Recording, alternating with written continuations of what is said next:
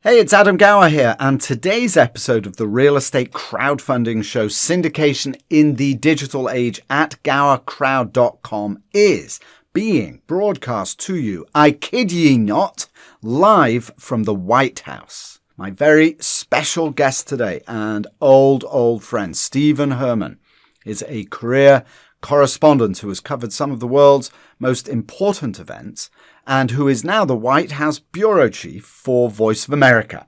He is also a fiendish Twitter user.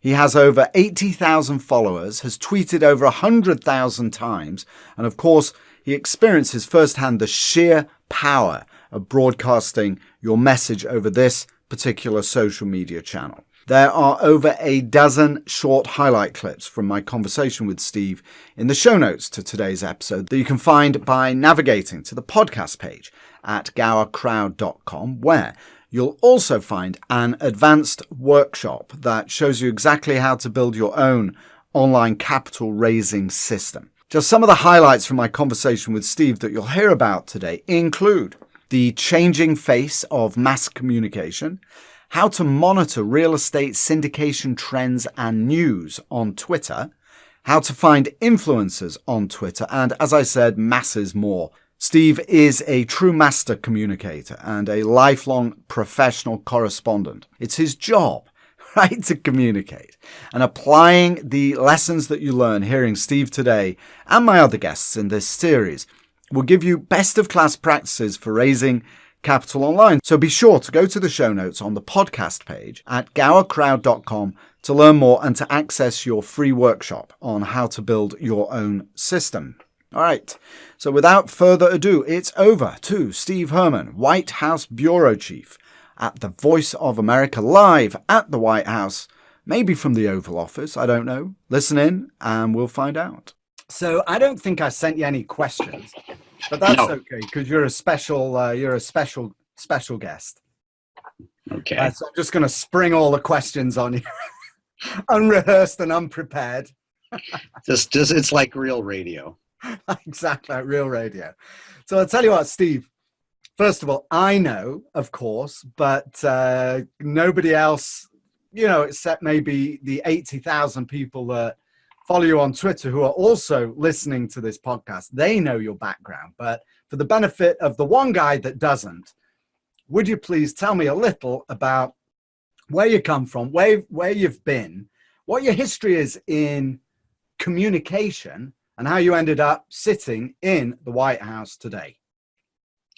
Yes, Adam. I have been a broadcast journalist almost nonstop since I was 17 years old. I've done a few other things in my life, working as a media executive, and I had some other part-time jobs when I was younger. But I'm usually described as a veteran foreign correspondent. Another way to say that I'm grizzled, jaded, and cynical. And as you know, I spent a lot of time in Asia. I came back to the United States after 26 years, more than a quarter of a century in Asia, living in Japan, India, Korea, and Thailand. I say I'm ABC. That means Asia but China. I know just enough about China to realize I really don't know anything much about China. And then I came back, and I had been working for VOA as a bureau chief and correspondent for about a decade.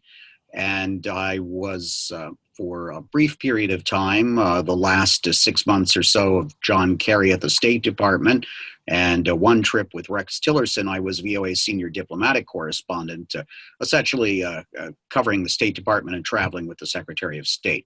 And then 1 month after the inauguration of Donald J. Trump as the 45th president of the United States, I came over to start covering the White House. And you became the 45th VOA correspondent to cover the White House? Is that how I don't know if there's been 45 of us. Some of the correspondents who were in this very booth in the basement of the West Wing. I think I'm actually in the deep end of John F. Kennedy's swimming pool. But Some of them amazingly lasted through a number of presidents and spent at one point perhaps 15 years or so consecutively covering the presidents, which I think is a remarkable feat to show up here every day. And if we could give you a tour, you would see it's not a very glamorous area. The thermostat is stuck at 68 degrees Fahrenheit. It's quite damp and moldy. Occasionally there are mouse sightings. And Are they blue or red mice? That's the only thing we need to know. Yes. And, you know, you're over the decades fed large amounts of manure. So it's a perfect environment for growing mushrooms. Okay, good. So, Steve, now you've been in this a long time. I mean, you go back, 26 years. I remember in the mid-90s. So let me turn this thing off, right? We talk about communication. Let me cancel this thing. So I remember in the mid-90s, you actually blowing me away by, I'm pretty sure you sent me an email. You said, you got a blog, and I was like, what on earth is that? And I've always remembered always thought of you as being at the very, very forefront of communication. So today we're going to talk about Twitter, but tell me what you've seen throughout your career, the way that mass communication has evolved over the years to where it is now to Twitter, and how it differs today. Well, what we have now, Adam, is this incredible instantaneous feedback loop. Something gets on Twitter, like a presidential tweet. Within 30 seconds, it's on the cable TV networks, and then people are tweeting about what they've just seen on the TV network about the tweets. In the old days, I can tell you, talking to some of the foreign correspondents who came not too far in the past before me, because of the time difference, they would go down to the post office, send their story by telex, and at 6 o'clock were unreachable because of the difficulty of international communications, and would then proceed to get very smashed in a bar with other competitors and go to work the next day, perhaps at 10 a.m. with a hangover, and put in 8 hours a day or so and rinse and repeat. Right. Now, because of this 24/7 news cycle, they're in the bar all the time. Right. You're just in touch with your editors around the clock. They could reach you anywhere, and you have to stay very sober. All right. So, so you talked about the feedback loop. That's kind of interesting. Again, let's start to migrate in terms of thinking about the audience, right? So real estate developers who are trying to raise money online, and this is an absolutely brand new opportunity for them to be able to use social media. So the feedback loop, I mean, you're obviously deep in politics, but let's look at Twitter itself. What is Twitter? Again, when I first signed up for this thing, I asked you for some advice, and you said, I think you said, follow people. They might follow you back. And even that was something quite a novel idea. So for somebody that doesn't use Twitter, first of all, why is it important? Obviously, we know it is in politics, but what is it about Twitter that makes it important? And what are the key things that you need to be doing to be effective on Twitter? Right. Well, I think you have to go into Twitter with a goal in mind, or else it is a bit nebulous. When I first got on Twitter, I initially was just using it as a monitoring device. I got interested in it. I was in India when there was a terrorist attack on the hotels in Bombay, Mumbai. And the information that was coming out of the Indian cable TV news networks was unreliable. At first, it was blamed on Nigerian gangs. And the most accurate, instantaneous information that was coming about the attacks was from people sitting in the hotel restaurants on their Blackberries back then, getting on Twitter, firsthand eyewitness accounts. And that really opened my eyes to Twitter as a valuable device for finding what's going on in real time. Up until that point, I was very skeptical about it because anybody can have a Twitter account and can tweet anything. And yes, you do need to be very careful. There are a lot of people out there, obviously, putting out erroneous, unconfirmed information, trying intentionally to mislead people. But I think that is a distinct minority. And of course, you've got verified accounts on Twitter, so you know that someone is who they say they are. And so to me, I was initially just planning to use it like the modern day version of the police scanner radio, where you're listening for information that would help me with my job, as sort of a tip thing where I could then find out possibly what's going on and try to get it verified from outside sources. So I had no intention when I got on Twitter of really being a person who is active tweeting himself. And gradually I took the dip and started to gain a following because of the niche that I had in Asia of putting out real-time information about what was going on in the region and not trying to put any particular spin on it. So, as I said, first you have to decide what is your goal with Twitter. You can be a lurker on Twitter and just follow people and pick up information, or you can try to build your own presence. Building your brand is a big thing these days. And if you're trying to get prominent in a particular field and network, then it's important to put your voice out there as well. So that's interesting you talk about that. So you've talked about obviously real live news that you can derive intelligence from that maybe other sources aren't quite as credible. But so, for example, in the in real estate world, what tools are there on Twitter that one can use in order to monitor the industry? And a hint, lists. Right, and if there's anything else, so talk about those. But remember, a lot of people, including self, are novice basically in terms of using these tools in comparison to you. So, what are those? What devices or tools can we use on Twitter? Right. Well, you can build lists. You can build a list of certain people that you want to follow who are engaged in perhaps tweeting out information, tips, gossip, discussion of a particular topic, such as real estate in investing. A lot of people are also interested in real-time financial information, so you don't need to subscribe to the Bloomberg terminal necessarily. You can follow a lot of news accounts. You can follow Bloomberg on Twitter. You can follow Reuters. There are a lot of financial commentators out there giving real-time analysis. And so you can build these individual lists and follow a particular list at a particular time, or you can just have in your timeline all of your followers. Obviously, I'm focused on sort of real-time news, but there are other types of people that I follow as well. And Twitter can even provide Adam some comic relief from time to time. There are some very funny people on Twitter. I'm not one of them, who can give you a good laugh to break up what can be a very dark day sometimes. Oh gosh, that's a really interesting idea.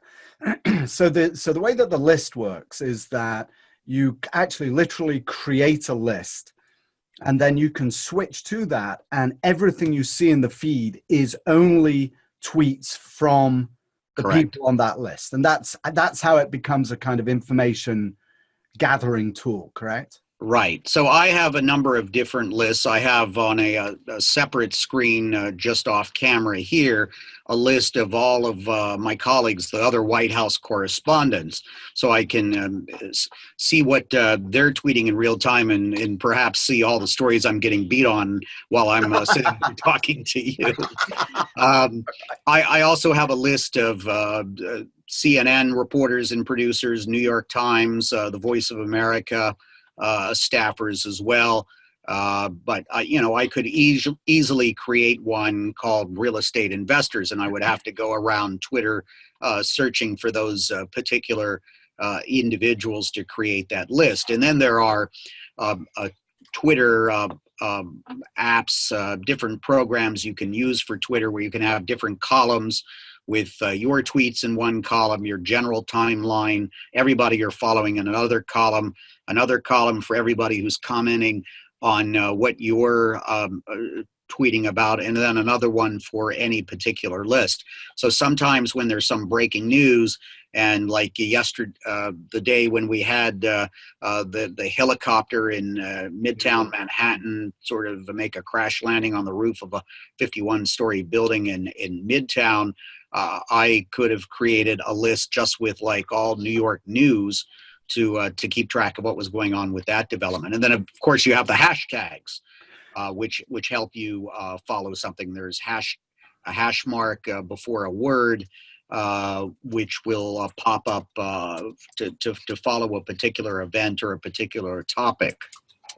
So how do you search for relevant followers, right? So one thing that I've been trying to figure out recently is influencers. I've actually been talking to a lot of influencer agencies, and interestingly, there are none that specialize that I can find in high net worth, identifying and speaking to high net worth individuals, which is the audience that we're looking for, basically.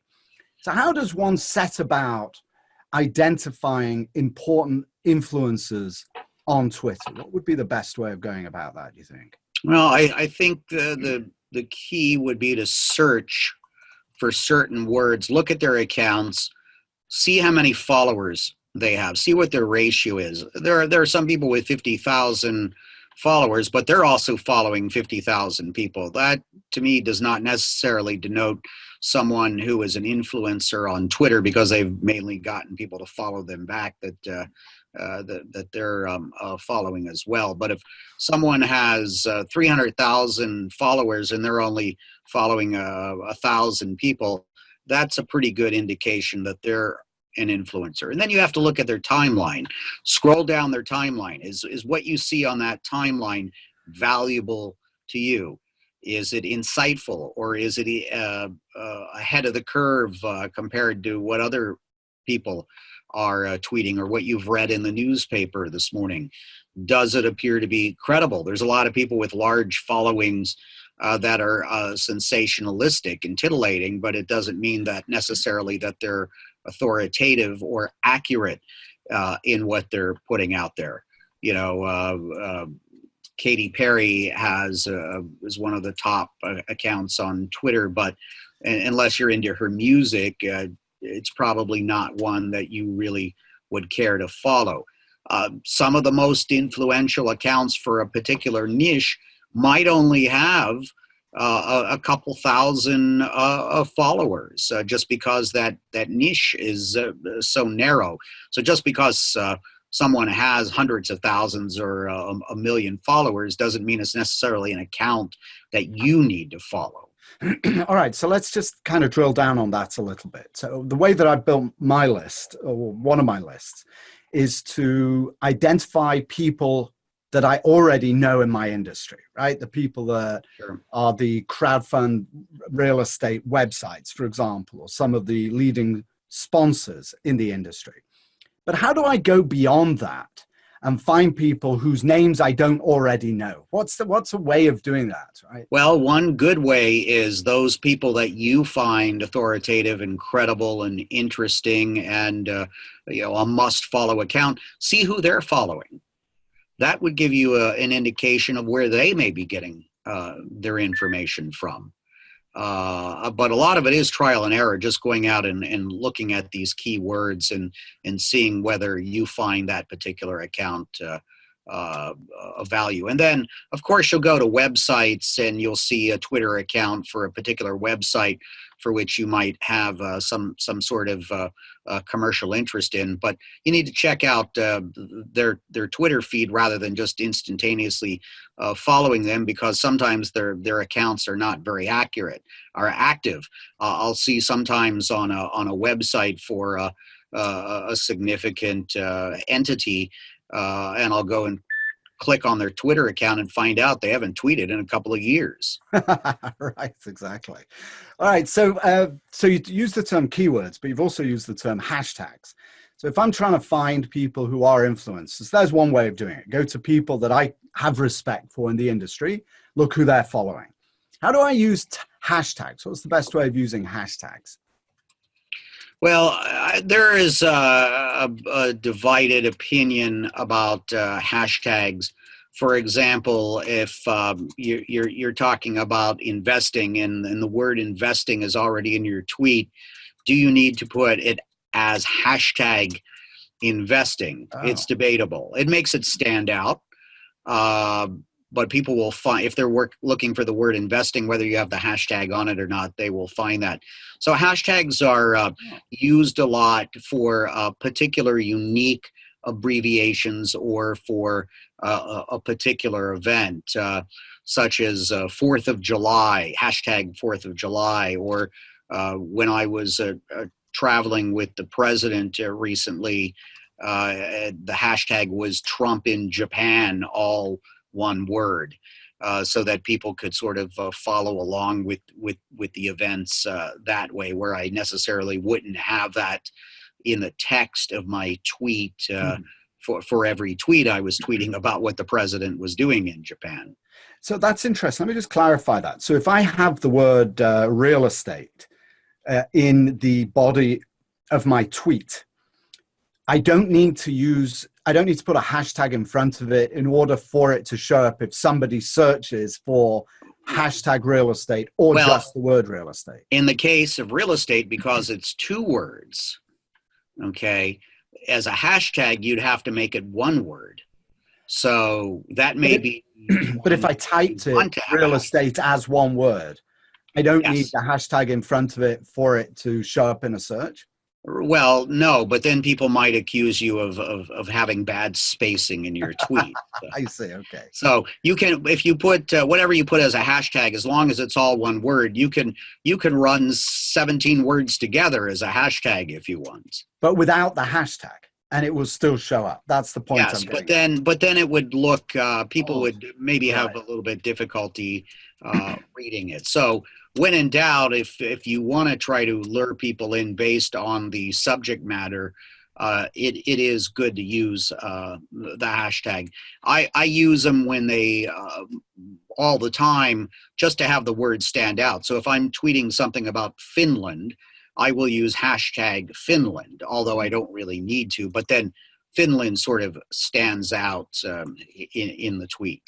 So I've also noticed a technique that you use that's very interesting that I've adopted, but I don't really know why I've adopted it. So let me ask you, I've noticed that you will see, for example, an interesting article, something relevant, and then retweet it with just a hashtag, as like hashtag Finland, right? So somebody wrote an article, but they didn't put that. Explain the logic behind that to me a little.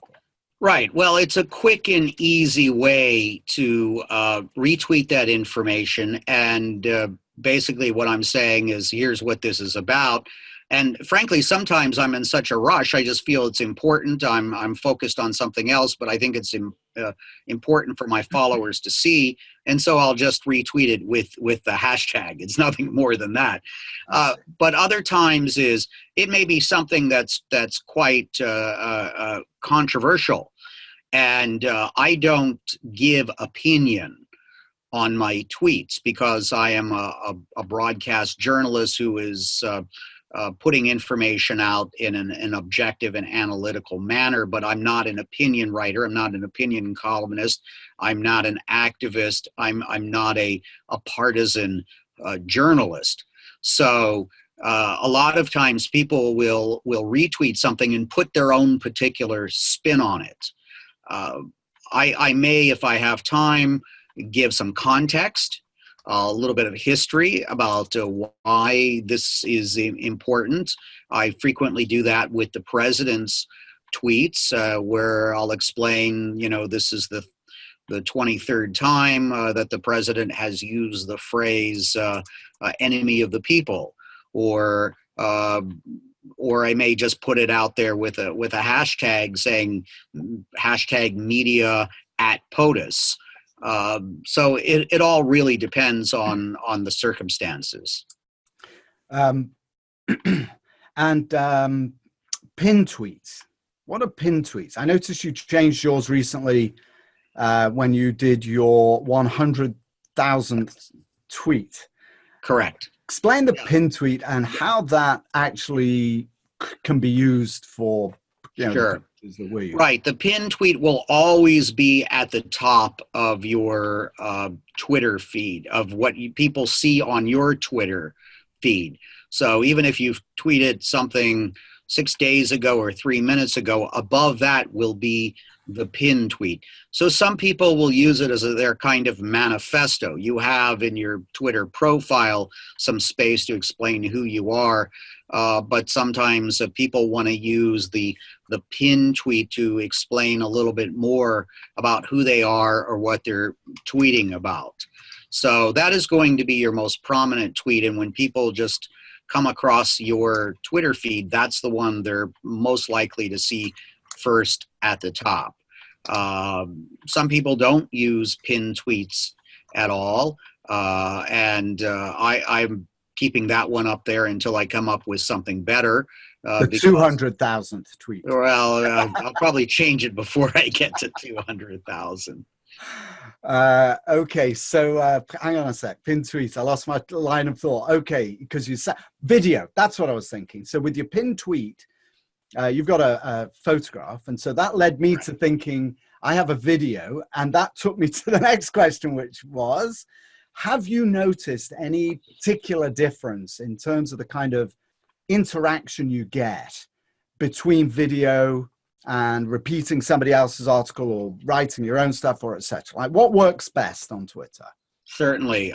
You do get a lot more engagement with video. There's no doubt about it.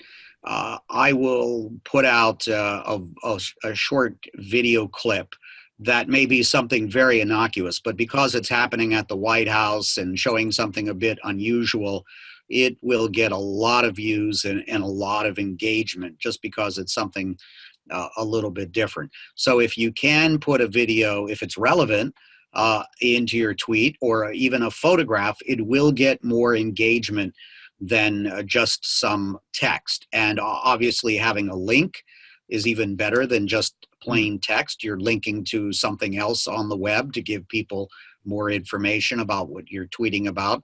So the holy grail, I guess, is having them all, is having a link and some video or a photograph on your tweet, and you will see that it will perform better than usual. Okay, and do you find that people follow links very much, or do you find that people just, I mean, yourself as well, just scan through and read what's in the tweet and take the headline as everything, or do you actually drill down and read it? Yeah, I would say the majority of people are probably just looking at the tweet, and Twitter has pretty good metrics that you can go in and explore and look and see how an individual tweet performs. You can see how many people clicked on the link, how many people clicked on on your profile because they saw that tweet. If they followed you from that tweet, you can find that out as well.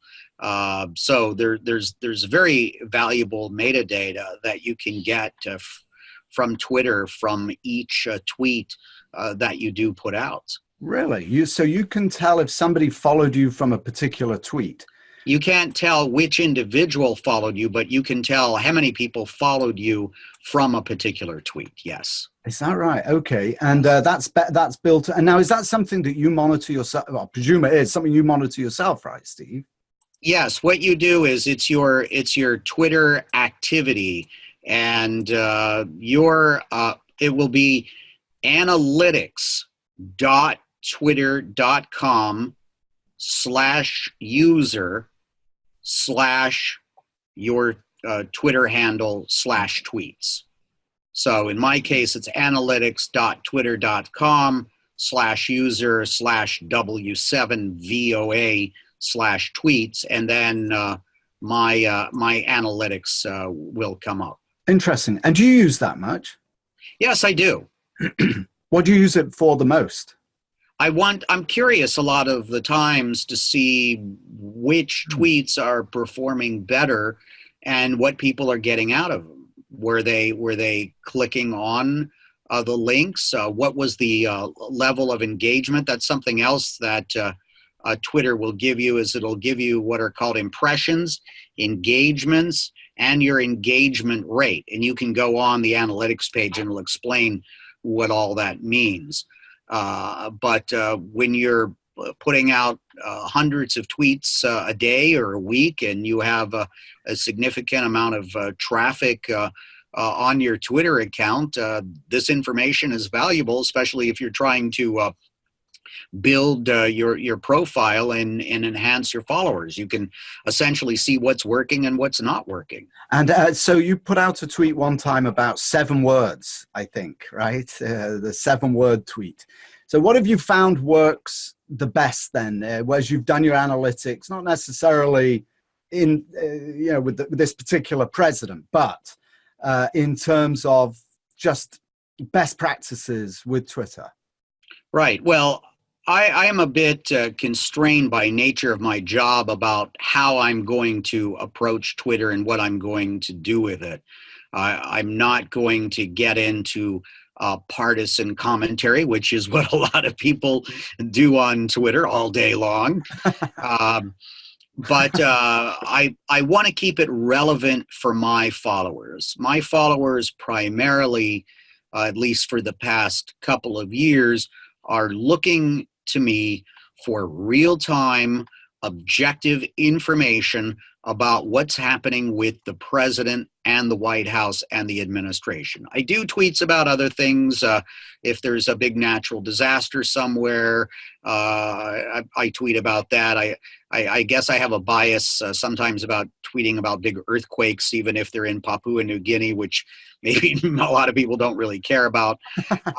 Aviation incidents, things like that. And I'm very interested because of all the years I spent in Asia tweeting about geopolitical events there as well. And my audience is global. I see. The way is targeting people outside the United States.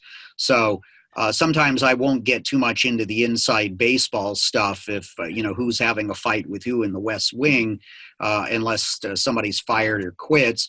I figure maybe it's not so relevant for people in Zimbabwe or Pakistan that are following me. They want to have me more focus on the big picture and explain to them why things are relevant. So actually, let me actually jump in. So what you're talking about is content, specifically the type of content, and you're very focused on making sure that you're tuned in to your audience and giving them the kind of content that they want. What I'm interested in knowing, particularly from the analytics and just your general experience, is less the content, the nature of the content. All right, obviously that's very important, but the structure of the tweet. So for example, we have 220 characters, right? That's the maximum you can use. Have you found that 50 characters and then the rest hashtags, or 100 characters and 1 hashtag, or no hashtags and 220? Like, what's the structure of the tweet? What kind of structures have you found work the best? Well, shorter tweets, as far as the word count, seem to be better, to be able to get to the point, to be very concise. That is very effective. But also having a link, as I said, having a photograph or a video clip in there will increase the engagement. But it's just like the rules of good writing. If you can say it in 30 words rather than 130 words, it's always going to be a better sentence. Exactly right. What about the number of tweets per day? Well, that varies. I sometimes will go well above 100 because I may be live tweeting an event, a presidential news conference, or on the scene of a disaster and giving a blow-by-blow of what's happening. But I do think that quality is more important than quantity when it comes to tweeting. People might not want to follow you if you're tweeting every 3 minutes and they don't find the content very valuable. So you need to find the sweet spot for what works for your particular account. Some people that are very influential on Twitter are not tweeting all that much, but when they do tweet, it's something that their followers are really hanging on to. All right, tell me about moments, because this is something that I've not quite figured out either. I put a moment together and I put two videos underneath it, but does anyone look at moments? And I don't know. I really don't know. I have not really messed around with moments at this stage. I figure that I know that sometimes my tweets are collated with other tweets for a significant event. So I put the tweet out there and sort of let people do with it what they will, or let Twitter do with it what they will. Right, because it is a function. It's one of the key functions, isn't it? And how often, I mean, do you find that you are having to adapt the way that you use Twitter because they change, the algorithm is the term that's often used, but does it make a big difference, do you find, or are you just it's just you're a broadcaster basically, right? Right. I haven't really changed the way I tweet because of some tweets to the algorithm. There have been some overall functional changes with Twitter where you can now thread tweets together. It's much easier to attach a video or a photograph if you're replying to a tweet. Obviously the increase in the word count was a major difference, right? Because we used to commit all sorts of grammatical violations by trying to get the tweet down to fit into the requisite amount. So it was like you're sort of having the house size doubled when Twitter, right. You had some room to stretch your elbows a little bit. Exactly. So, all right. So let's just ever so briefly now. We'll move towards my final three questions, Steve. So I know you're flying with the president in an hour or so. No, I'm not with the president today, but he is going to be out on the South Lawn before getting on Marine One. So when he's out there, I do have to pay attention. Okay. So I was going to ask, right, so you know what my audience is about. And one of the big things is finding this kind of amorphous, high net worth individual to communicate with, right? So there's real estate developers who want to raise capital online. How does one, do you suppose, identify high net worth users of Twitter and start communicating with them? Well, like I said, probably the best thing to do is start following some people in that particular field, and then see who's responding to them or who people are commenting about, and who those particular people are following. I think it's a lot easier in a niche field to do that because there may only be a few prominent names with any significant following. But that's what I've learned by looking at different fields. Sometimes I'll be working on a story about something that, maybe it involves corn farmers or something. So I'll start looking at people who are in that particular field, futures traders, investors, trade associations, and within a few minutes I can really find who's credible and who has a significant following just based on keywords and looking at their account and seeing who they're following and who's following them. That's interesting. And then what do? Do you follow them? I may, if I need to try to find some particular information. Usually I'm dipping into something for a very brief period of time. I just need to maybe call that person up to get a quote for an interview from them. I'm very disciplined. Another thing we should mention, Adam, is although I may have more than 83,000 followers, I don't want to follow 83,000 people. Right. It would just make looking at my timeline practically useless. And I yes, see. and I would have to go to lists. So Mm. I'm very disciplined. I try to keep my number of followers under 2,000 because I'm looking for sort of what is the major breaking news, both in the United States and around the world, in my Twitter feed. I don't want to miss anything big. And if I'm following 28 comedians and 96 corn farmers and 103 politicians in the state of Minnesota, uh, because I needed to follow them once on a particular day. So I may follow someone for a particular brief period of time, and then not follow them anymore.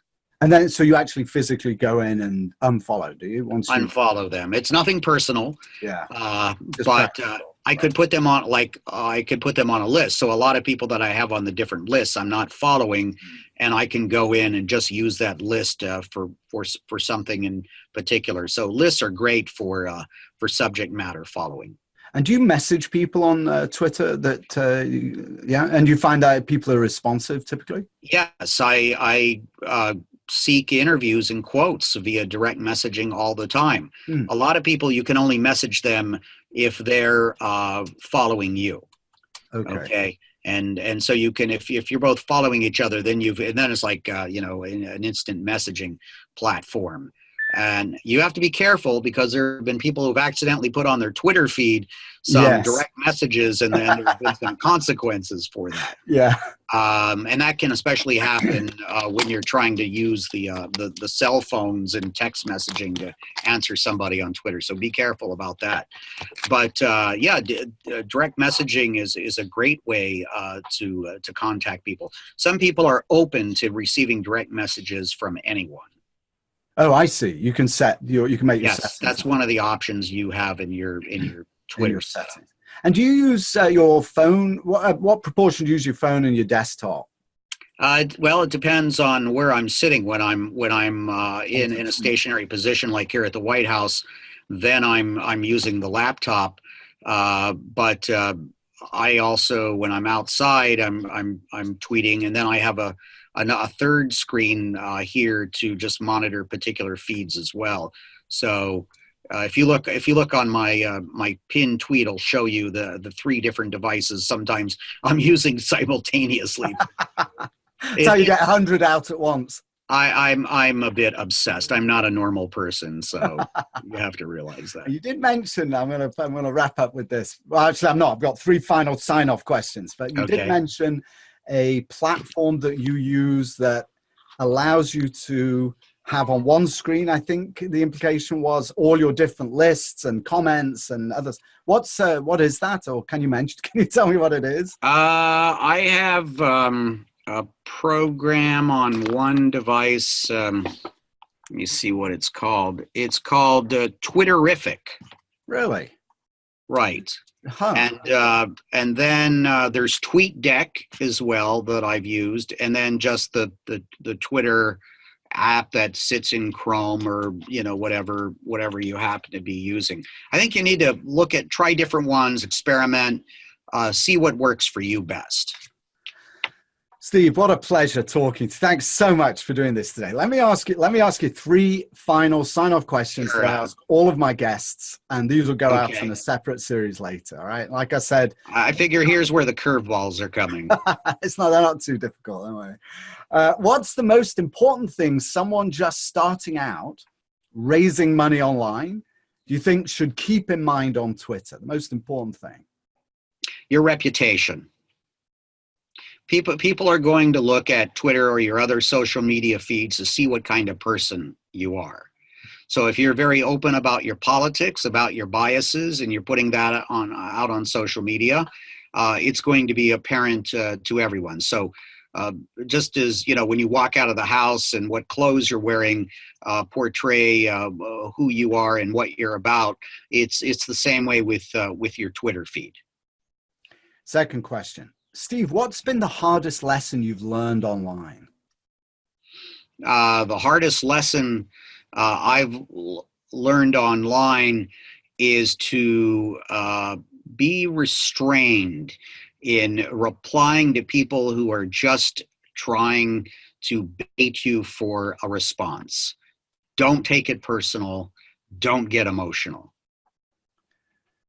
Final question. Your personal key daily habits to be successful online? Start early and end late.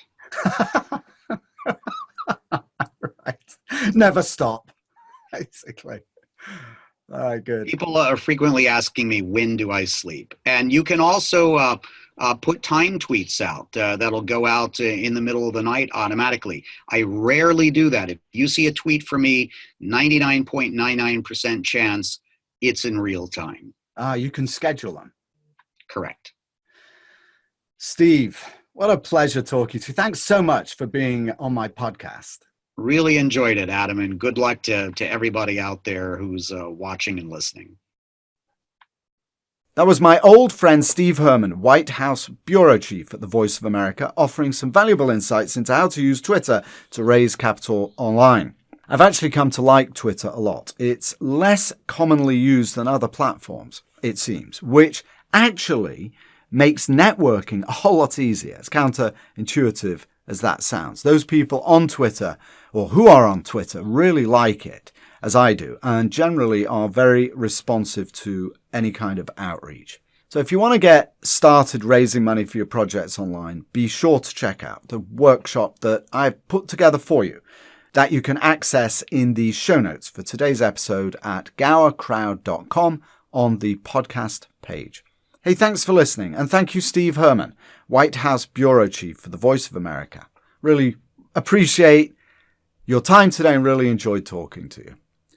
Anyway, that's it. I will see you next time, and in the meantime, this is Dr. Adam Gower signing off.